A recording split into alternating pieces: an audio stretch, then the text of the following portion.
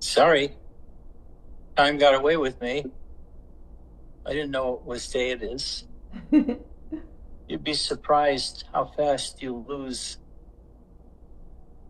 your feeling for what's next when you've been retired for years and your schedule only makes you go to place 2 times a week at the right time. Usually I don't know what day it is or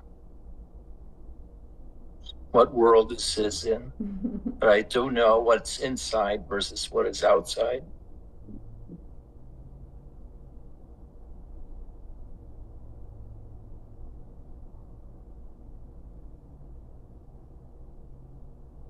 BJ, is that what New York City looks like now?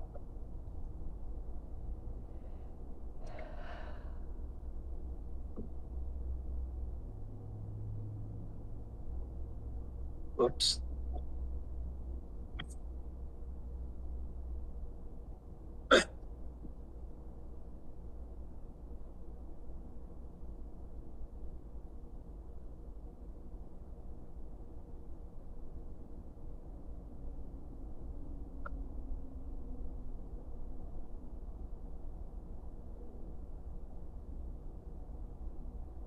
Good seeing you.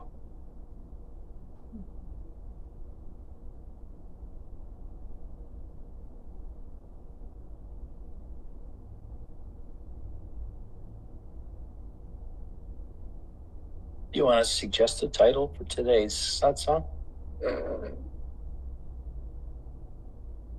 What is it that you want to know? Except that knowing is always the problem. Knowing, or the search for knowledge, is what really fucks you up.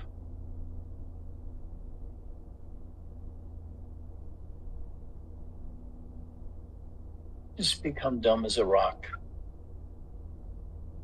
Nobody has any expectations of you then.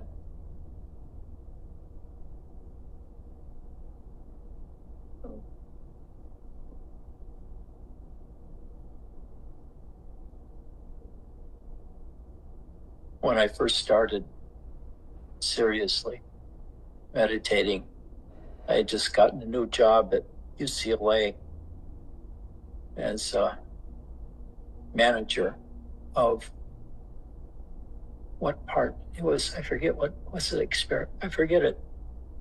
But I was there as the manager, also trying to do the books for the project. And UCLA has a very... Recording in progress. Okay.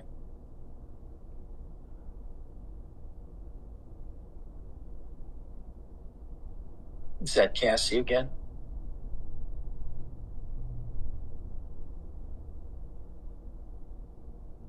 So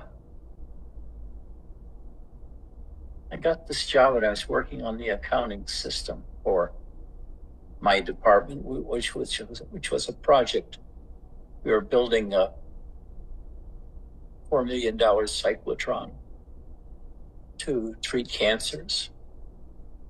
And it was in the old radiation center of the Veterans Administration.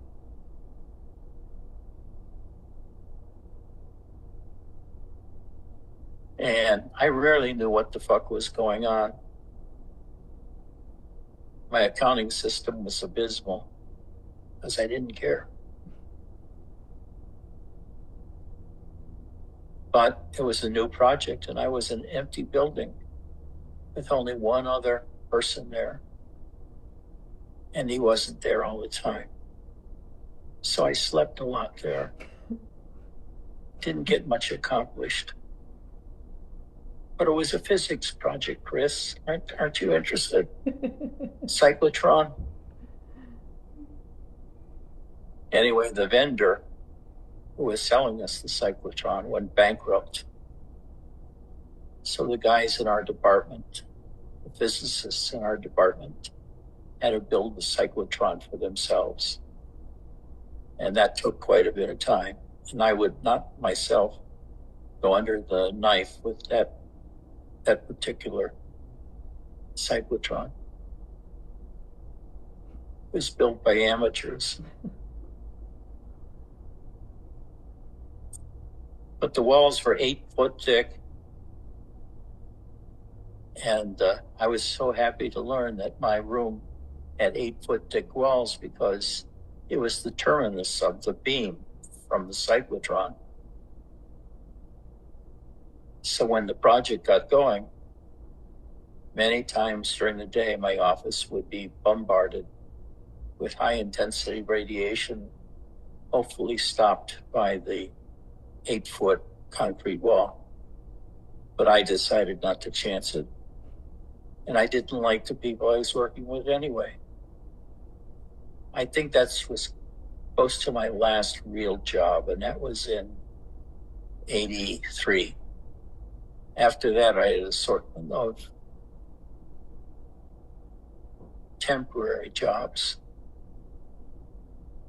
that got increasingly easy to perform because they weren't technical. I was a bodyguard for Dean Martin, and who was the guy that was publisher of, I forget his name, but a porn king, Larry Flint, and a few others. So when you leave your old occupation behind, which you really hate, in order to support yourself, you can do some pretty interesting things. Things that nobody else would do. But you, because you need the money, do it. And sometimes they entail work that makes no demands on you whatsoever, except to be alive, like some of the night guards kind of jobs. But I digress. Who the fuck are you? Do you know yet?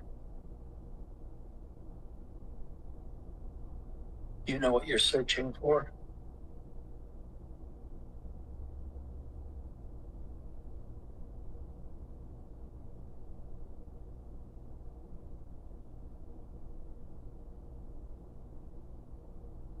Well, don't do it the way I did it. It takes too long. Too many years of just sitting as frequently as possible and doing a lot of reading, which I shouldn't have.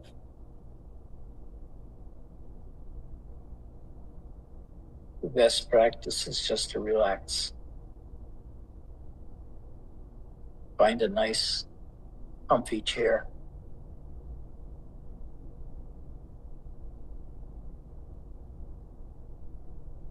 And relax.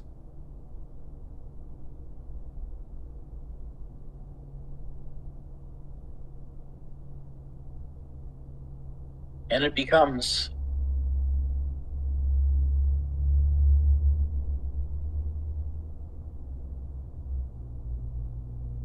as carefully considered as any other path.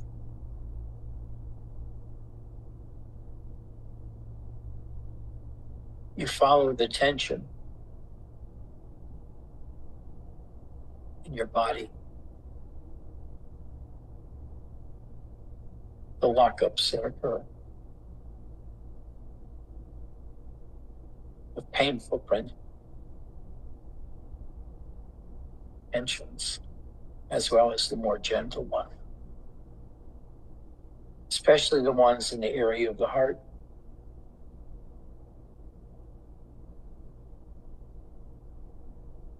And you just keep relaxing into them.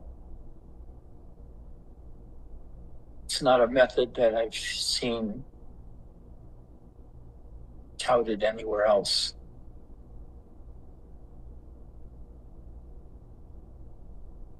But you take your target to be those tensions in the body that are old things with once you are untethered from them, allow you to dwell in your own body, becoming aware of more and more things inside.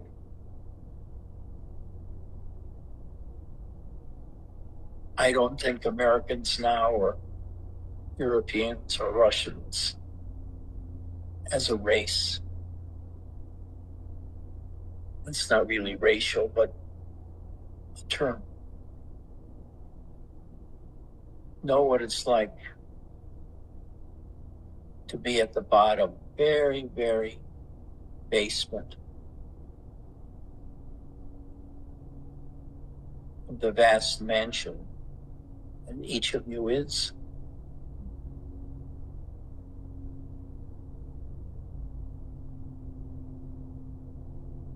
That's the idea I offered years ago, is the mansion which holds all the rooms of the different meditative states and life states, you might say. All of you,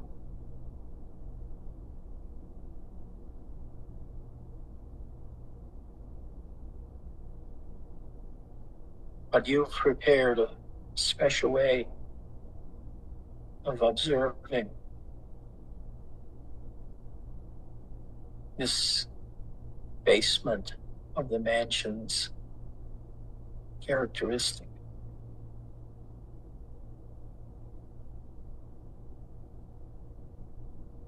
And when you've finally penetrated through, all the tension is gone. So your attention can go anywhere inside your body or inside your mind. You can do sweeps of your entire body, but I think it's more fruitful just to focus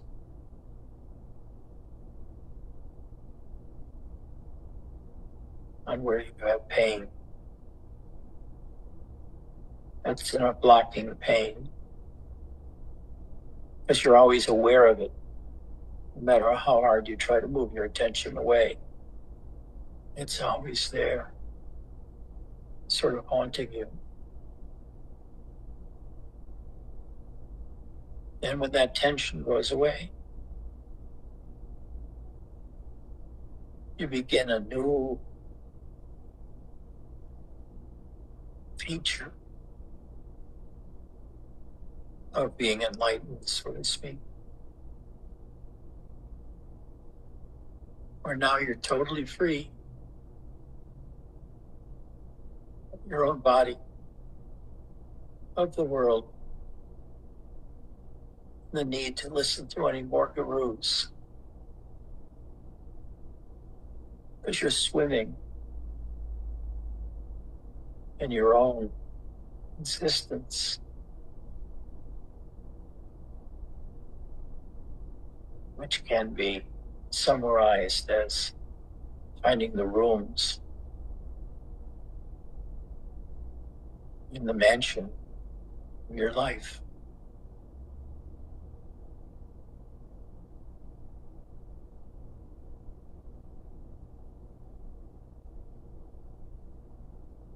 And I began to see other things too.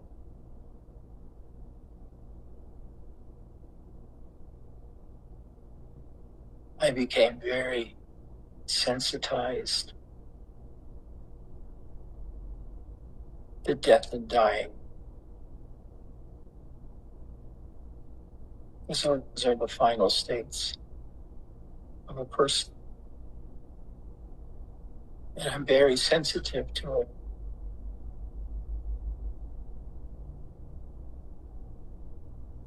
I remember when my father died, when I was 14, I was crushed. Even though I hated him, it was really hard to get along with. But his death took me so much by surprise and shock that I grabbed hold of the whole problem of life and death.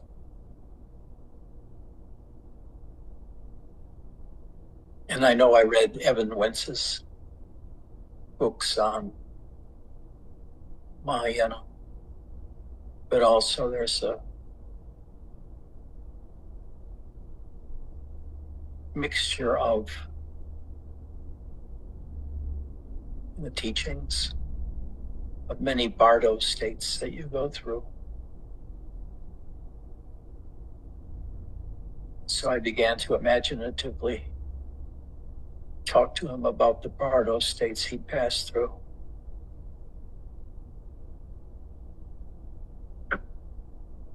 It was good for me, not good for him. He didn't get anything out of it. I don't think those bardo states ever existed, but they're a nice dreamy kind of thing to deal with. You think they exist, Mark? I think that they're they're an interesting proposition, but nothing is to be taken too seriously as an eventuality.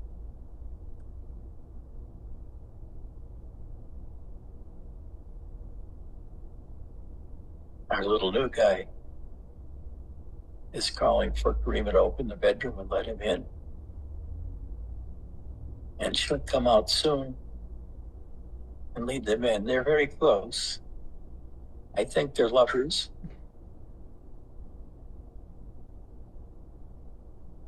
I don't think she heard that. She may have.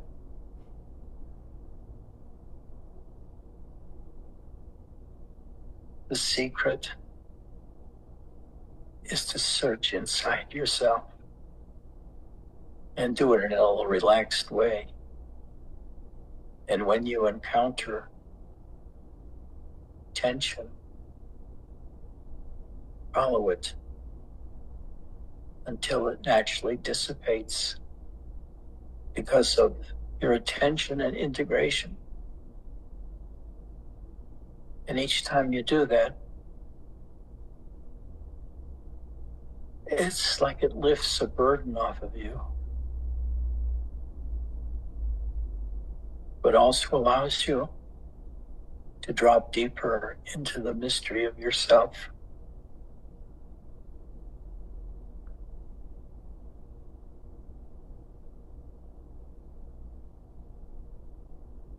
I've never reached bottom.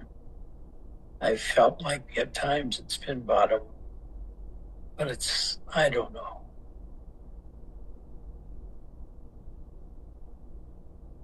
I just see the variability, both the body and the states that one is exposed to through meditation. And it's a great deal of fun.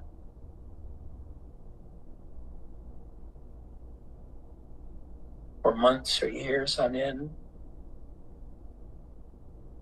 you can be a theater of the most astounding energy displays one could ever believe, with energies extending beyond your body to 2 or 3 feet, and you can feel the energies moving around inside your body. And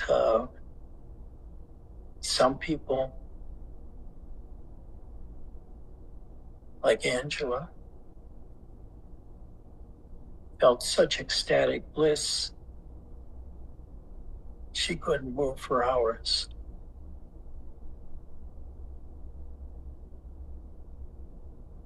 And in the same lifetime, at about the same time, her father was kicking her out of the house.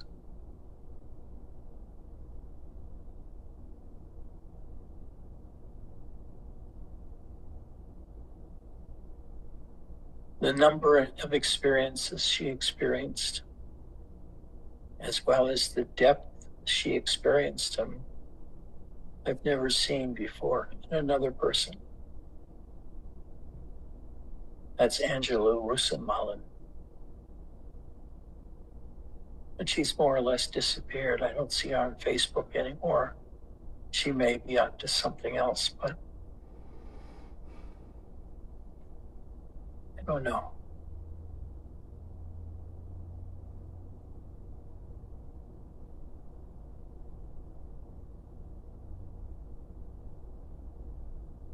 My power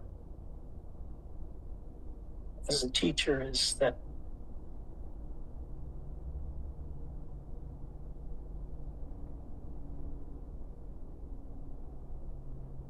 I spent a lot of time observing all aspects of myself, especially the tensions. Give them priority in your meditations, and they'll move things along more quickly than almost any other thing I ever tried. Also, the energies will hook people to you. Right, Mark? Do you feel the energies anymore? Absolutely. And what you just said, I have been privately expressing recently. You use the word tentacle and hook. And, I've been using similar kind of energy analogies with the contracted self and the apparent impingement of life upon us to be the dualistic contracted self. I don't know what the hell you said, but maybe somebody else does. Basically, I'm in agreement with you. I just have a different visual model. Like you have a model of the basement with the spiritual mansion. So I have a contrasted model of the energy straitjacket foisted upon us. The energy straitjacket apparently foisted upon us by life, which endeavors to make us servants of what life, of what society or those around us or what life is trying to make us conform to.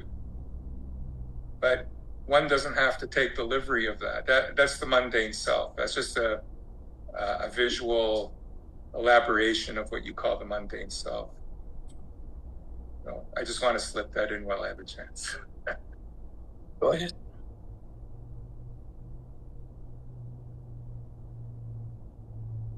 You could put out a sign, Guru in Training, Advanced, over your head for satsang. Yeah. I'll anoint you. That would be nice. With 3-in-1 motor oil. It'll be very exotic. I was hoping for some hemp oil, but okay.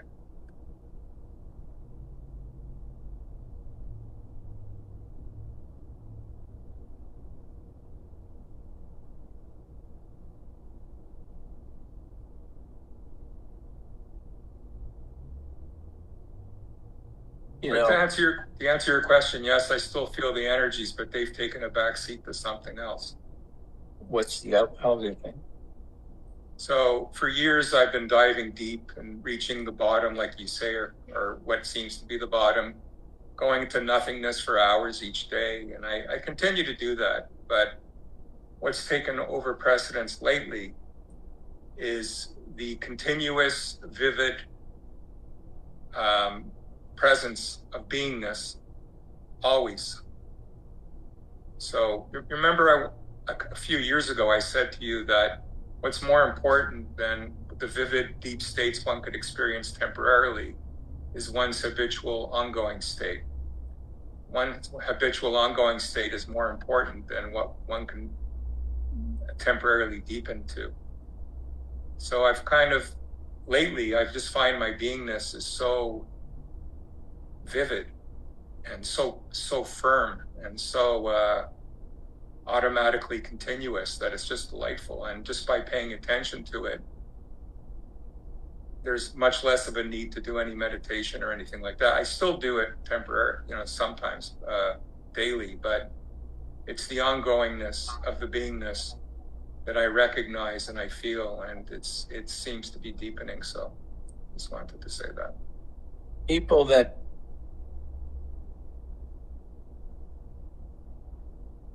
first encounter that sense of beingness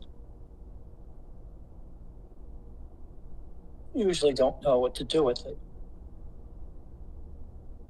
It puzzles them. So they read certain of the neo-enlightenments, and some of them talk about beingness, some don't. But the feeling of beingness, there's no qualities whatsoever to express about it, really. It brings bliss, yeah, but it isn't bliss.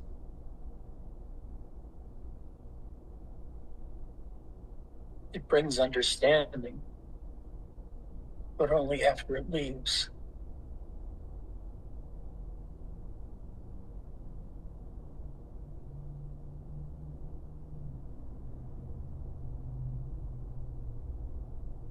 The importance of bliss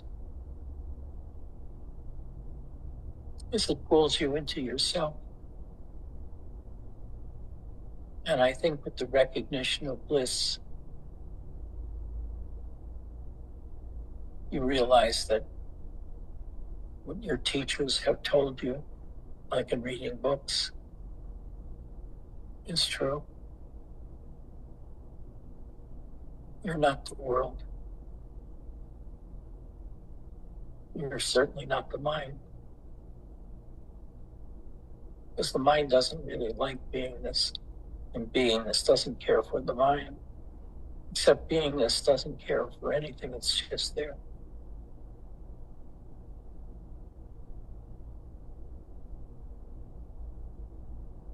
So you can do that really as meditation.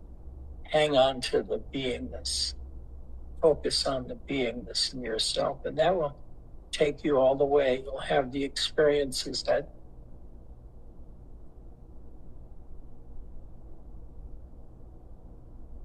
still fill your world with. And eventually, the whole thing will disappear. I mean, beingness is there, but everything else disappears.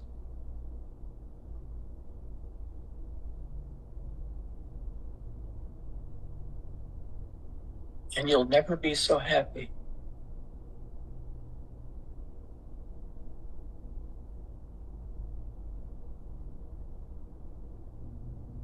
as when you're free to not do anything because you so much enjoy being yourself.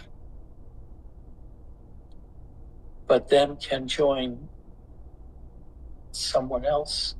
Yes? Yes, it enjoys in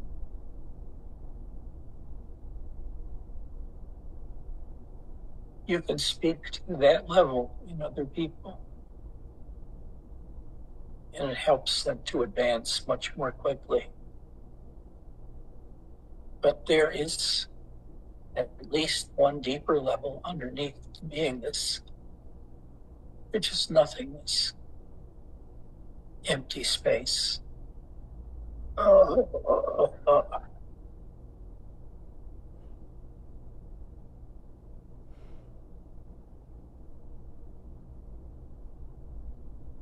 In an empty space,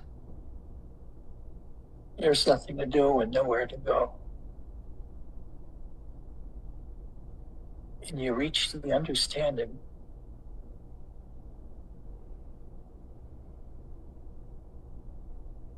that now, in a sense, in a large sense. You understand everything that's important to you at a very deep level. You're no longer confined to the rooms of the mansion, which are all relative and temporary. But when you reach emptiness, you have nowhere to go anymore. Emptiness is a very homogeneous state. And you'll find out you don't go through a lot of changes.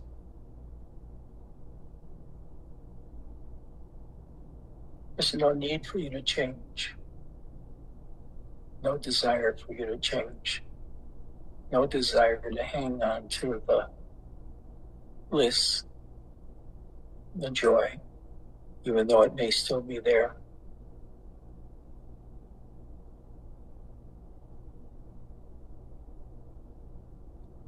It's almost like at that point, life leaves you alone. Doesn't give you a lot of problems. And it gives you a lot of time to just be yourself and enjoy yourself without worrying about an alarm clock going off and you have to go into an office.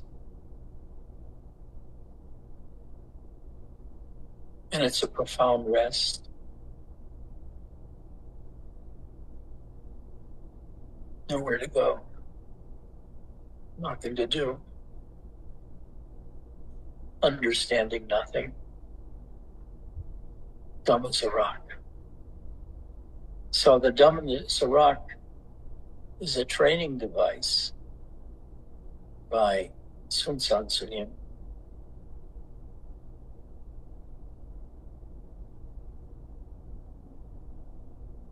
which leads to these final states that I've talked about, where you have a realization of some sort, until the final realization is entering the emptiness at the center of your being and not feeling it need to move anywhere. As far as you're concerned, the world is a useless place to be in. And it's just fine being wherever you are because you carry your shell with you, your shell of body and of understanding. And some people consider this the worst possible mess you can get yourself into, this nothingness. But it's not. It's clean, it's powerful. And I'm sure someday it will reveal its purpose to me. But right now I know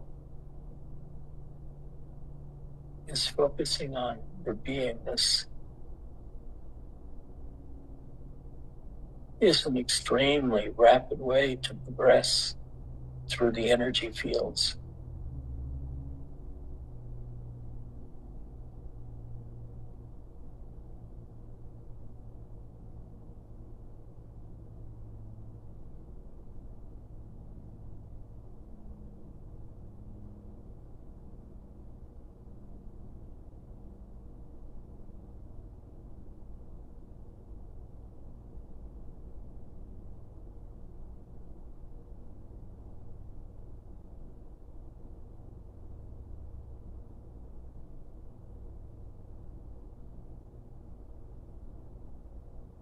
My white cat is exploring the cushions on the floor underneath the cat tower.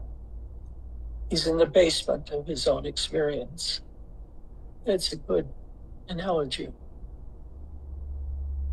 Cat going through the various rooms of his mansion. until finally you find rest. It's the story of, what's his name? I forget who wrote the book about the supplicant who, at the end of the book, became a ferry boat. Steppenwolf? What? Steppenwolf? Is that it? No, I don't. Okay, maybe. No, I don't think so. Siddhartha? Siddhartha.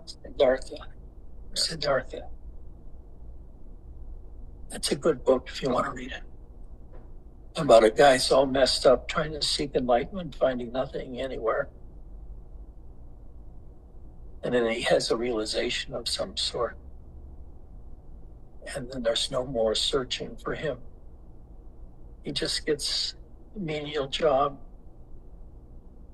as an armed guard on a ferry. Just kidding. He becomes a ferryman.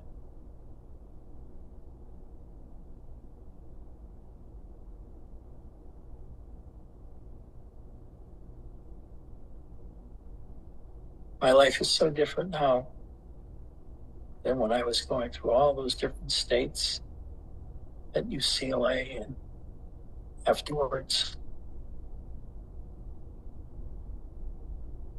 Life is so much more gentle to me now than it was back then. And I'm more gentle to it. I'm just relaxed and watch what comes and watch what goes.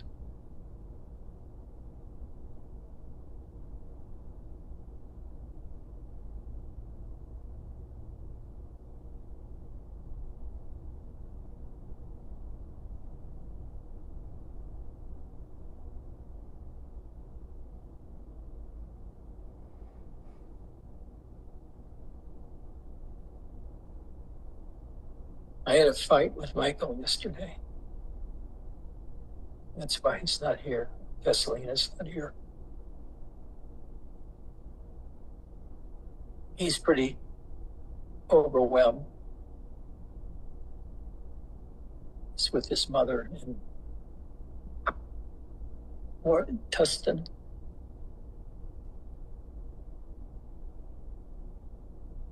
And the final round of chemo is not working.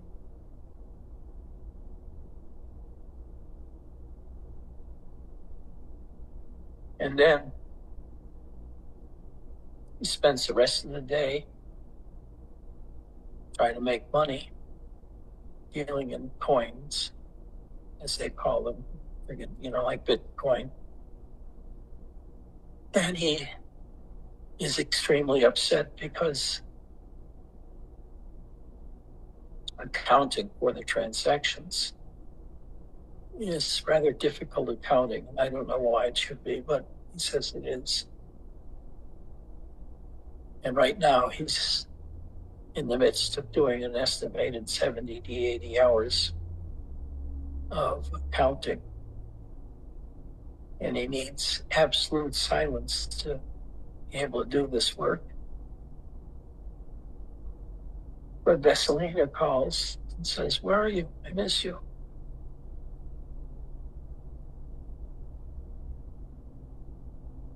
But all in all, I called Michael this morning, and he was just sleeping in bed. He wasn't coming to satsang. He's just overwhelmed and burnt out or burning out. That's what being too active in life happens to you. But it was forced on him.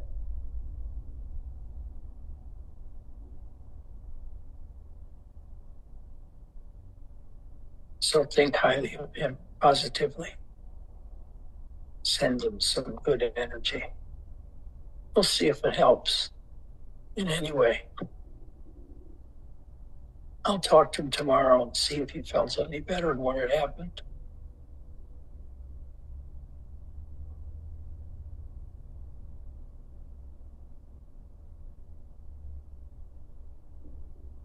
On the other hand, Vasilina feels stress because she lives alone in Bulgaria. She has no friends. We're her friends.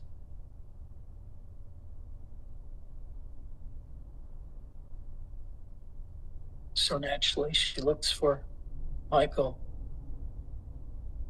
to attend to her,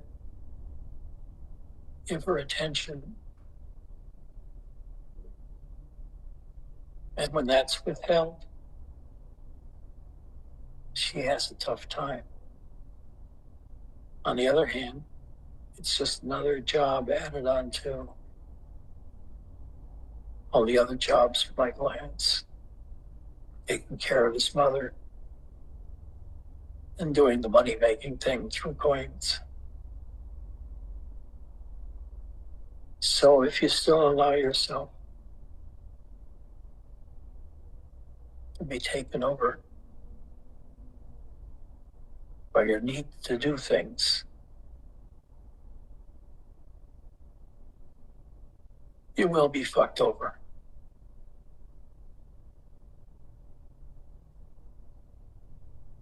But when you come to that big barrier of finding at first the energies inside yourself, and then the beingness, beginning at that point where you're tending to the beingness all the time, a lot of things can happen to you. You're very sensitive during this period. But when you go through it, all that I have ever found has been relaxation, some joy, and every now and then the feeling of bliss gets very strong and carries me away. But I'm finished. I don't need anything anymore. I'm thinking about turning over all my assets to Grima so she can have everything after I die, which I don't see happening in the near future at all. My mother lived to be just about 100. My aunt was 94. My grandmother was 92 or 94. So I'm going to be forced to hang around for another dozen years or so. And I don't have anything to do anymore. That's why I had to send somebody to get me.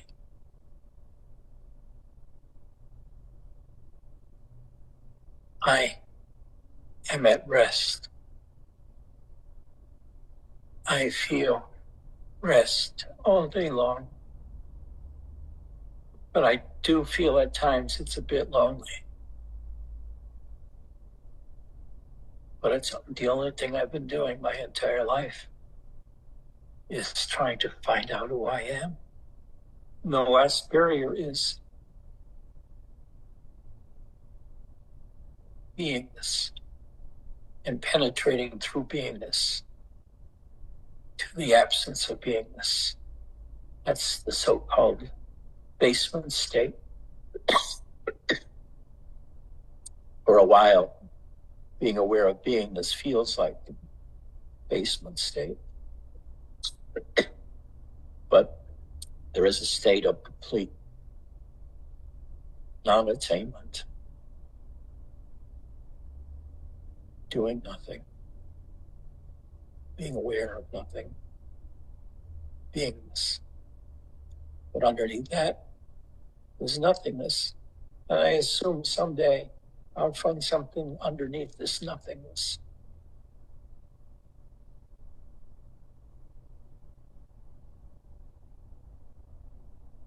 I've never, in the 50 or 60 years I've been doing this, ever found final rest. Because after mastering one thing, something else comes up, another compartment of my life, and I have to live it through my body. I don't read it anymore. It's hard even to read instructions on microwave meals. I have to give it to Karima to tell me how many minutes to make it go. It's my eyesight. I used to be able to see. I was so nearsighted, and I could almost see molecules without an aid. But when they operated on my eyes, they put in permanent lenses that make me 20/20 here and 20/40 there. So I don't need the glasses anymore. And except to see up close, I can't see up close anymore. And everything I do is up close, like being on a computer or eating. It's up close. The only traveling I do is to go to doctor's appointments where they find really nothing wrong with me, but they tell me I should do this and I should do that. And I usually do that to a certain extent until I forget about it. But you also should apply all of what I'm saying to your own life. What is left that you want?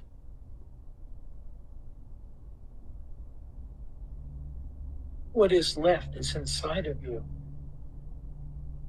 Your whole life has been lived according to rules and experiences coming from without. But you have to turn your attention around and use it to go within the final journey.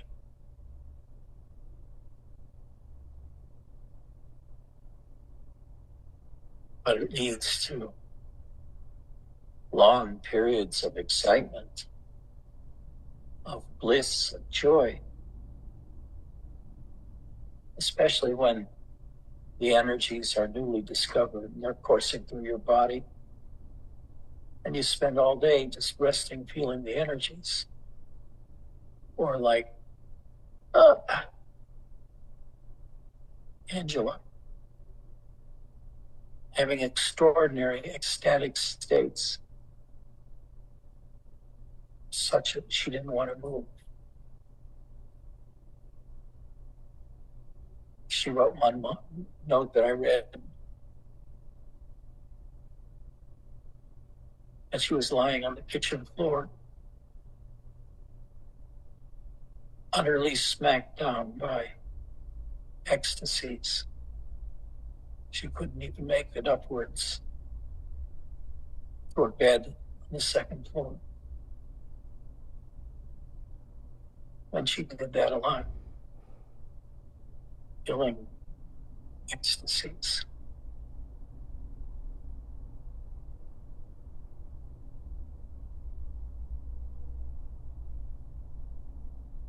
But then she broke off for a while. Because deep down, she had a fantasy to go through, which is the kind of Christian mysticism some people go through, but apparently in Europe is common. It's where they talk about witches and aliens intruding into human life, enslaving them, and how to clear yourself of those entities. Well, I clear myself of these entities by going to sleep. Almost automatically, they're gone by the time I wake in the morning. I don't let the entities bother me because I don't believe in them. So I don't imagine that some feeling I have in my heart or my what is due to an alien entity trying to entertain and enter me and take me over. But she was terrified of being taken over. And her friends were of the same ilk. Terrified of being taken over, invaded by demons. For her, everything was either spiritually serving God or serving the devils. Let me be a devil to you. Just kidding. Any questions or comments? This is a good one, huh, Cassie?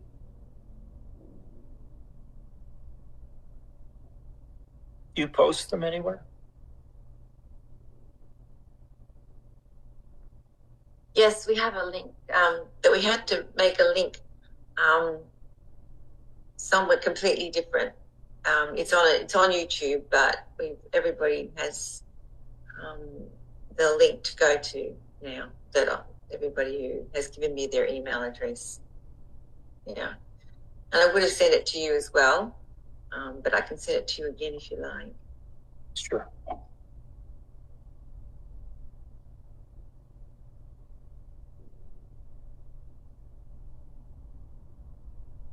BJ, let me hear a progress report.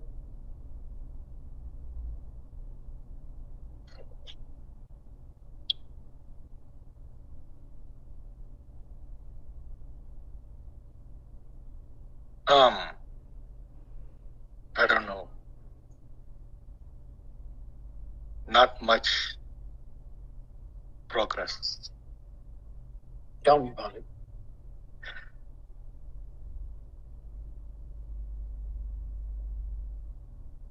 I've been chanting a mantra that helps me a little bit focused.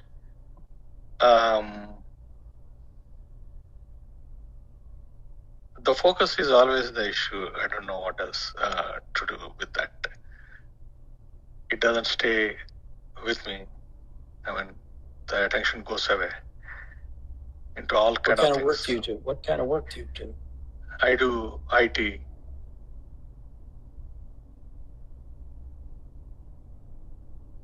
What part of IT do you know most and enjoy most?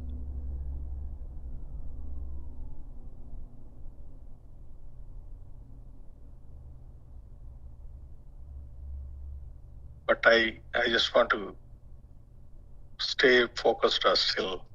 And actually I want to be still, not focused. But it's more like relaxed and still. Just be. Yes.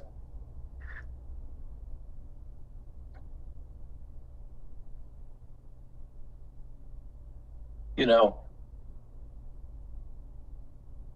when I was going to school at Case Western Reserve, I had a full scholarship, but I still needed beer money, maintain my apartment. So I got a job being a security guard in the Cleveland Art Museum. That was a wonderful job.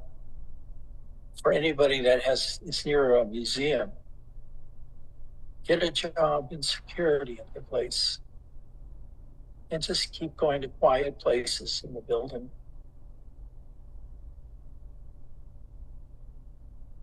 Usually they'd assign me to a room,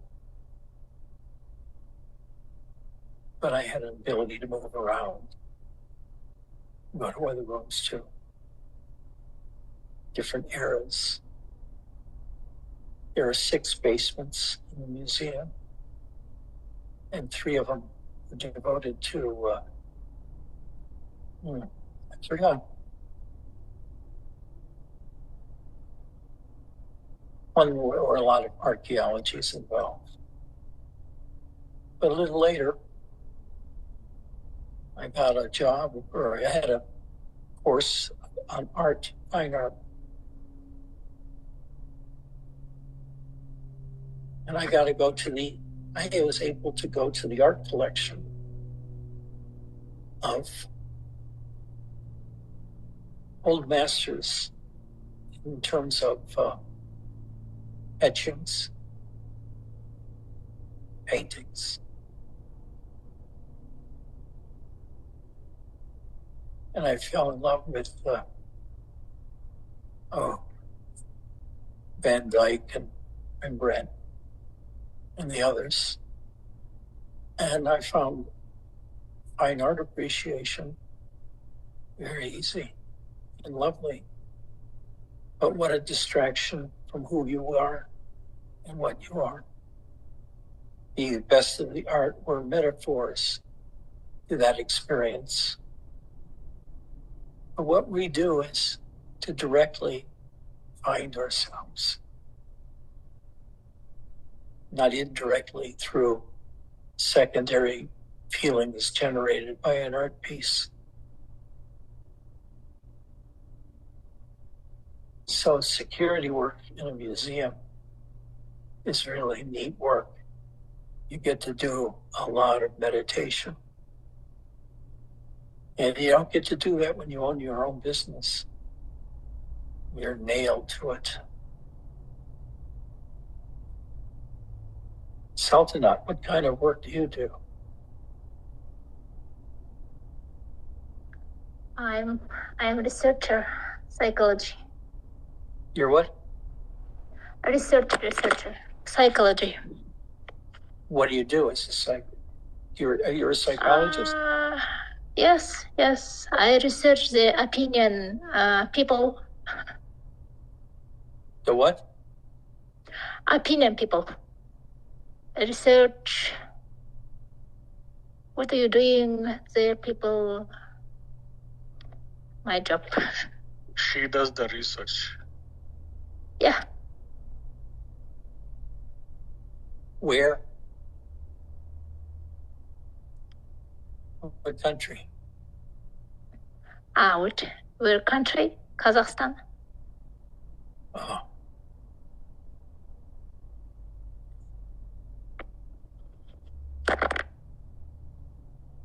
Eddie, what do you do? Where do you live? Yeah, I currently live in Montrose, Colorado. I've been working hospitals, building apartment. Post That's money. what?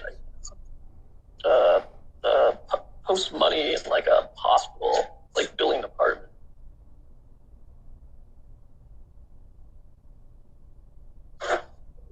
What about you, Adam?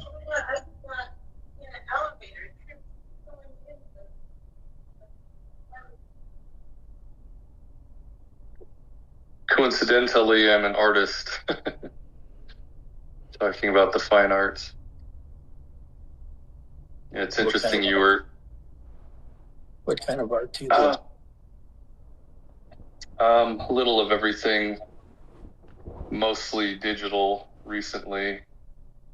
2-dimensional paintings and drawings, and also 3D modeling and some more technical things. But that is a question I have for you. That? What? You have a question for me? Well, it was funny you had talked about the art, and because that's always a thing, that had been big part of my identity, and art and design, music, culture, philosophy, and I was wondering now how valuable those things actually are, or if they're to be avoided, or distractions, or... It's all of those. It can be a distraction. I don't think much of them is being a tool to get to enlightenment, but more or less a distraction. But it's not nearly as distracting as being a ditch digger. Physical expenditure of energies is really debilitating when it comes to spirituality. at first. Later on, it's no problem. But swinging a pickaxe and getting to the center of your being are pretty incompatible for a long time. But you don't have to do anything like drop it. It has to drop itself. You just lose interest in it. And it no longer bugs you, no longer gets you going.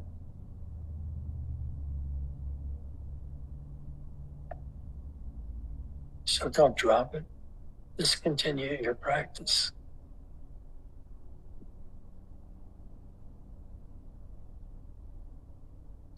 Sounds good.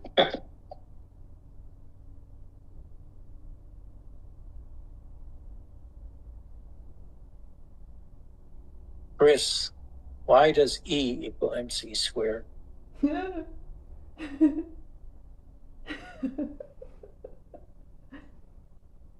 Somebody asked me to explain that to them. And I had read a book on the equation and all the factors, but I forgot all about it. That was my area of interest in physics too. That's why I asked you jokingly, because it was so out of character with self-realization type of explorations. So why does N E equals MC squared? Ask it again. Well, don't look at her. Okay. I don't know. Why not?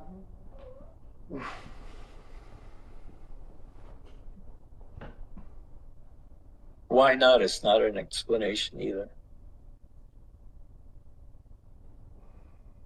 Ruminate on that one. I've been thinking about it again. I'm going to have to read that book again.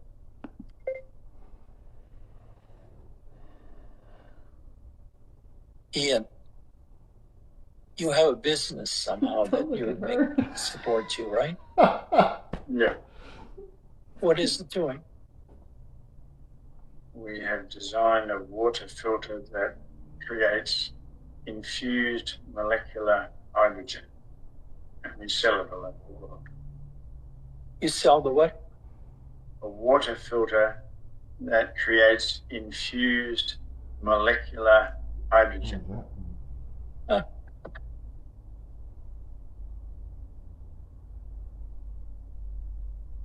That must be flying off the shelves like hotcakes. Enough.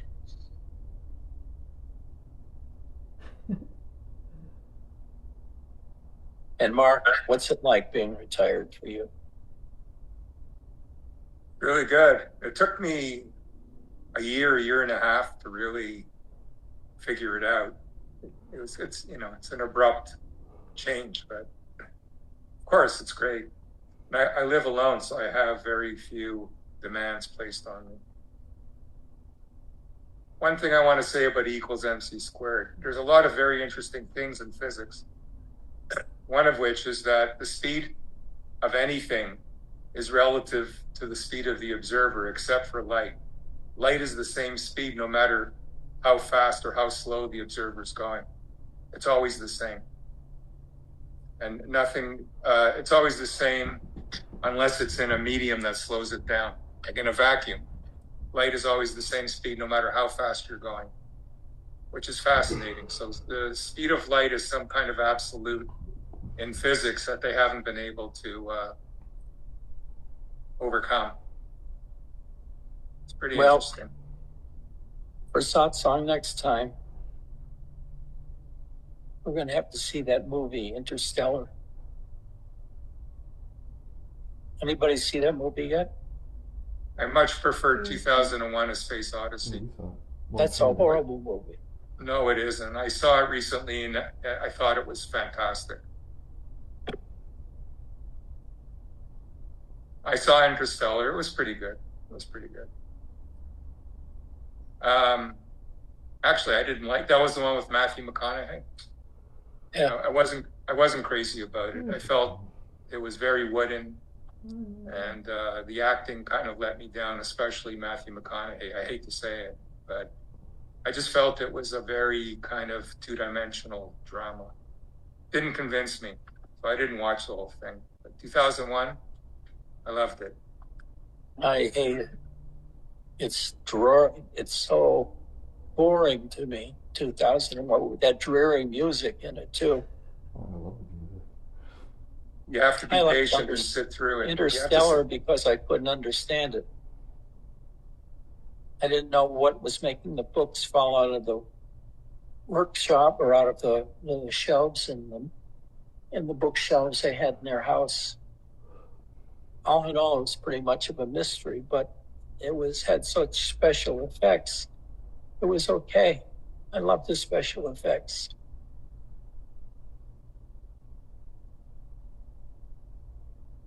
What did you have to say, Ian? I'm just laughing about the fact that you needed special effects to enjoy a movie, because I'm finding myself in a special effects movie all the time. And the fact that the special effects industry has taken over the film industry. That, that was a good movie because it had special effects. What about the story? What about the human emotion? What about the interactions? Nah, special effects are better. Yeah. Oh, what? What? She came up to my face and yelled at me.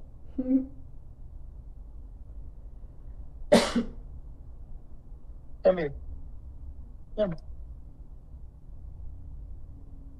I'm worried about her. She's lost a lot of weight. We've had her to the vet and got some blood tests, and we're going to go back again, I think, in a few days.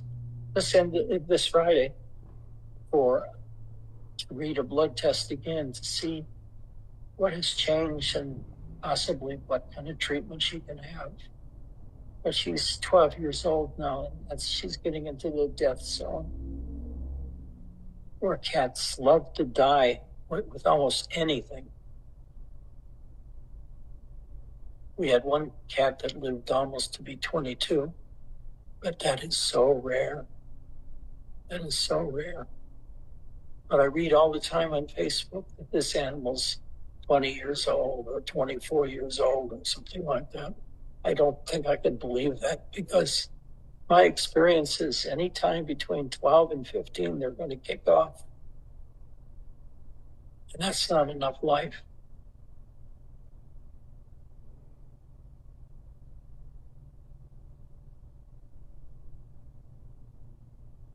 I feel sorry for them. And I love them so much.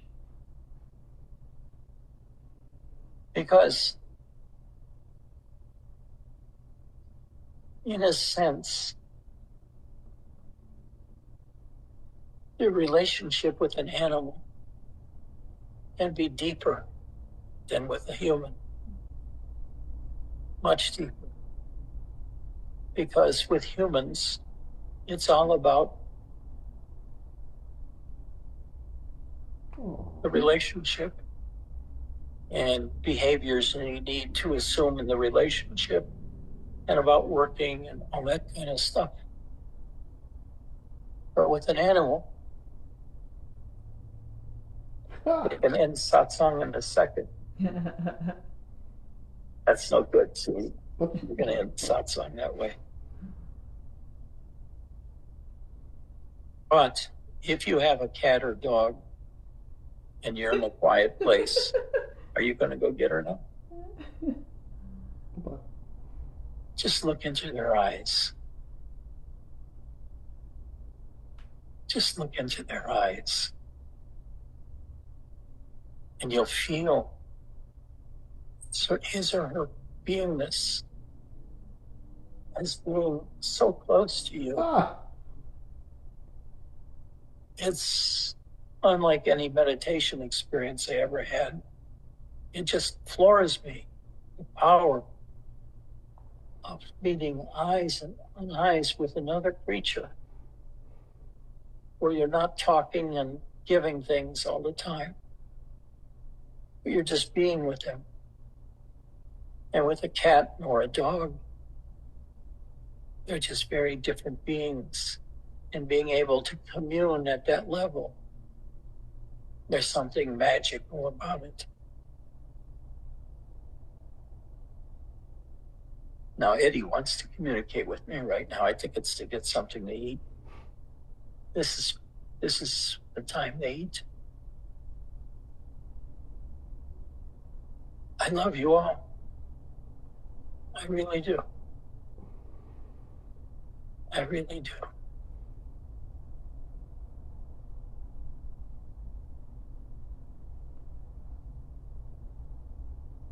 I'll see you Sunday. It'd probably be earlier Sunday morning, so I have a bit of a time to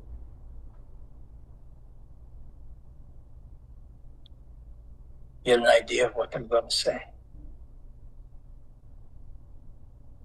I hope I didn't disappoint too much today, but it felt pretty good today.